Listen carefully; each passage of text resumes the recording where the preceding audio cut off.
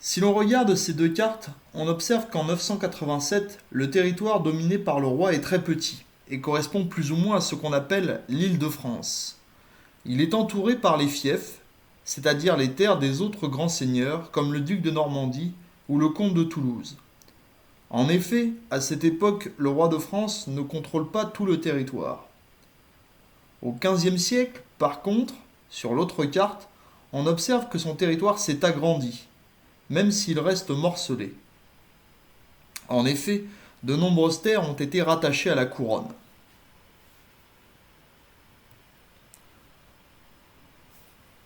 Dans notre nouveau chapitre, nous allons nous intéresser à la constitution en France d'un véritable État royal. Et nous nous demanderons comment les rois de France ont renforcé leur pouvoir.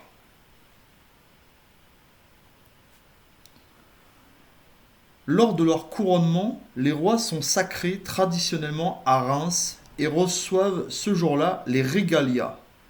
Ce sont des objets d'art qui symbolisent la royauté. Nous allons nous intéresser à ces objets qui nous renseignent sur le pouvoir du roi par ce qu'ils symbolisent.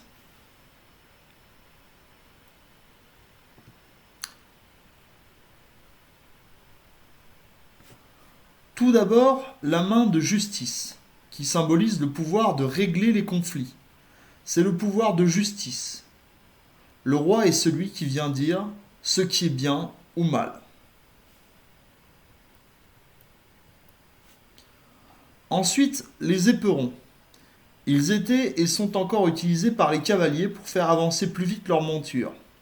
Ils signifient pour le roi qu'il est le premier des chevaliers du royaume. Il a donc un pouvoir militaire.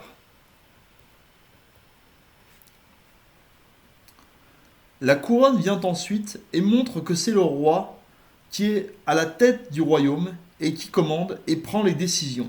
C'est un pouvoir politique.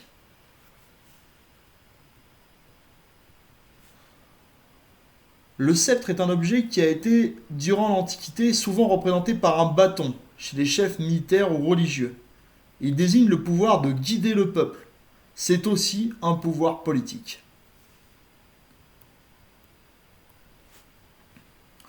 Enfin, l'épée, elle vient montrer que le roi est le protecteur du royaume et de l'Église. Il sera prêt à combattre lui-même pour les défendre. Cela indique un pouvoir militaire mais aussi religieux. Nous pouvons donc en déduire que le roi a de nombreux pouvoirs, politiques, militaires, de justice et même religieux. Et c'est au cours du sacre qu'il reçoit tous ses pouvoirs.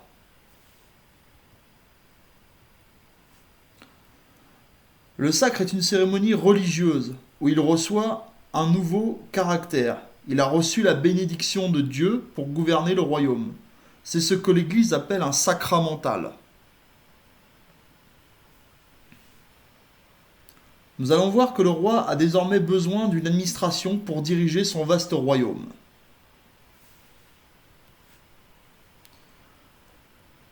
Pour assurer la justice royale, il va mettre en place des baillis et des sénéchaux dans les provinces pour que justice soit rendue.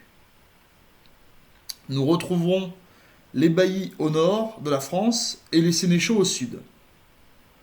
La justice est rendue une fois par mois dans les provinces. Les baillis reçoivent les personnes qui se plaignent et rendent la justice. Le bailli doit être lui-même irréprochable, sinon il sera très sévèrement puni, comme l'indique le roi à la fin de son ordonnance.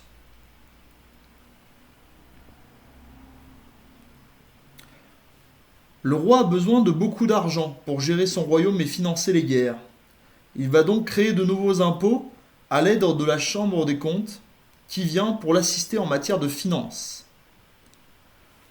Il crée également une monnaie royale à son effigie et refuse que toute autre monnaie circule sur son territoire. Sinon, elle risquerait de perdre de sa valeur. Lorsque le roi part en guerre, il a besoin de nouveaux impôts. Il ne peut le faire sans le consentement des États généraux. C'est une assemblée qui rassemble à l'époque les représentants des différents ordres de la société française. Les évêques, les grands seigneurs, mais aussi les bourgeois des villes. En effet, la société française est à l'époque divisée en trois grandes catégories. Il y a le clergé qui a charge de prier pour les deux autres, c'est-à-dire tous les hommes et femmes au service de l'Église, l'ordre chevaleresque, composé des grands seigneurs et chevaliers, qui ont pour fonction la défense et la protection du royaume, puis la classe des bourgeois et des paysans, qui vient travailler pour faire vivre les deux autres. Cette assemblée permet au roi de s'adresser à l'ensemble de la société. Enfin, l'armée royale. Nous avons vu que le roi a un pouvoir militaire et donc peut partir lui-même combattre ses ennemis. D'ailleurs, à la bataille de Bouvines, en 1214, Philippe Auguste sera victorieux contre de nombreux adversaires et se verra aidé par un host, c'est-à-dire une armée rassemblant les différents seigneurs et vassaux du roi et leurs hommes d'armes. Mais la plupart du temps, l'armée royale est souvent composée de mercenaires, c'est-à-dire des troupes qui combattent contre des sommes d'argent, mais qui peuvent changer de camp si on ne les paye plus. En 1445 sont créées les compagnies d'ordonnance, c'est-à-dire une force permanente qui reçoit un salaire régulier et est prête à défendre le territoire. C'est de là que vient le mot soldat. Le soldat est celui qui reçoit une solde, c'est-à-dire un salaire, pour aller combattre. Le pouvoir royal ne s'est pas imposé si rapidement. Nous allons voir qu'il y a eu des évolutions au cours du XIe siècle et du XVe siècle. En 987, Hugues Capet est sacré roi de France. Une nouvelle dynastie commence, les Capétiens. Cependant, le domaine royal est au départ très petit et est entouré par les terres des autres seigneurs. On peut dire que le pouvoir royal est donc faible face aux grands du royaume.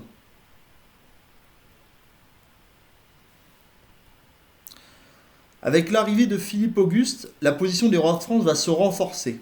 Avant son arrivée, on observe que le territoire ne s'était pas encore trop agrandi.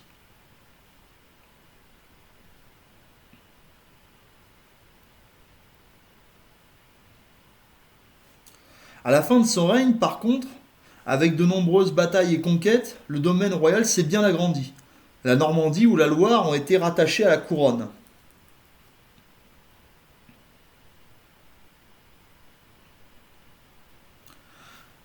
Avec ces conquêtes, le pouvoir royal s'affirme.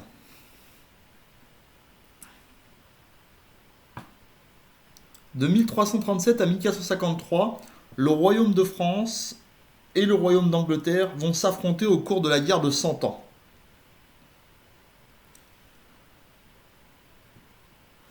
Le conflit ne dure pas totalement 100 ans, mais est entrecoupé par des périodes brèves de paix. Au départ, la France va se trouver dans une mauvaise posture. Elle perd de nombreuses batailles décisives, comme à Azincourt, où les archers anglais défont la cavalerie française.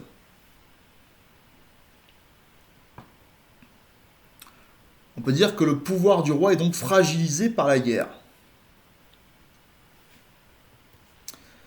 Mais avec Charles VII et la venue de Jeanne d'Arc, le roi reprend son pouvoir et va défaire les Anglais. À la fin du conflit, le territoire du domaine royal s'est agrandi. De nouveaux territoires comme la Guyenne ou le Languedoc sont intégrés. On assiste donc à un État monarchique qui s'installe conquérant.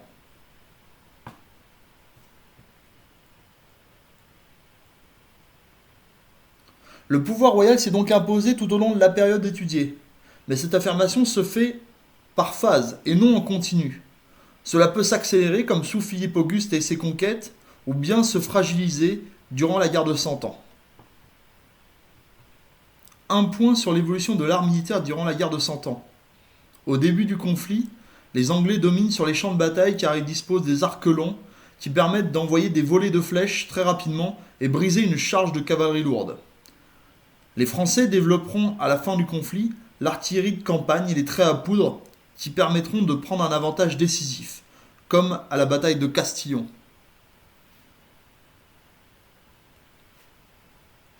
Nous avons vu que notre roi de France, au départ, était aussi puissant qu'un petit seigneur. Puis il va asseoir son pouvoir sur un vaste royaume.